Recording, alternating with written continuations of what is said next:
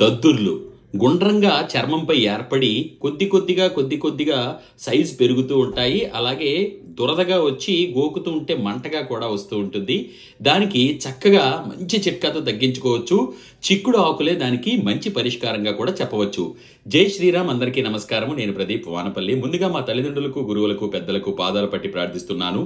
చర్మం పైన కొంతమందికి చిన్న ఇన్ఫెక్షన్ లాగా లేదంటే సర్కిల్స్ లాగా ఏర్పడి చుట్టూ చిన్న చిన్న బబుల్స్ లాగా వచ్చి దురదొస్తుంది. గోకుతూ ఉంటే అది అలా పెద్దదిగా అవడాన్ని మీరు చూస్తూ ఉంటారు. ఈ సమస్యతో బాధపడేవారు. అది తగ్గాలి అంటే అతి సులువుగా చిక్కుడు ఆకు, చిక్కుడుకాయలు మనందరికీ బాగా తెలుసు. వాటి మొక్క ఉంటుంది. వాటి దగ్గరికి వెళ్తే గనక వాటి ఆకులు ఉంటాయి. వాటిని తీసుకొని శుభ్రంగా కడిగి బాగా దంచి రసాన్ని తీయండి. ఒక చెంచా రసం తీశారనుకోండి, అందులో ఈ మాత్రం బెల్లం ముక్క వేసి అది కరిగినంత వరకు కూడా బాగా కలపండి. కలిపిన తర్వాత ఒక ద్రావకం మనకి సిద్ధమవుతుంది. మరి ఈ ద్రావకాన్ని ఎక్కడైతే మీకు ప్యాచెస్ ఏర్పడ్డాయో, ఎక్కడైతే మీకు దద్దుర్లు మొదలయ్యాయో, తామర కూడా ఇలాగే మొదలవుతుంది. దద్దుర్లు ఉన్న చోట గనక ఈ రసాన్ని శుభ్రంగా అప్లై చేయండి. బాగా రాసిన తర్వాత ఆరనివ్వండి.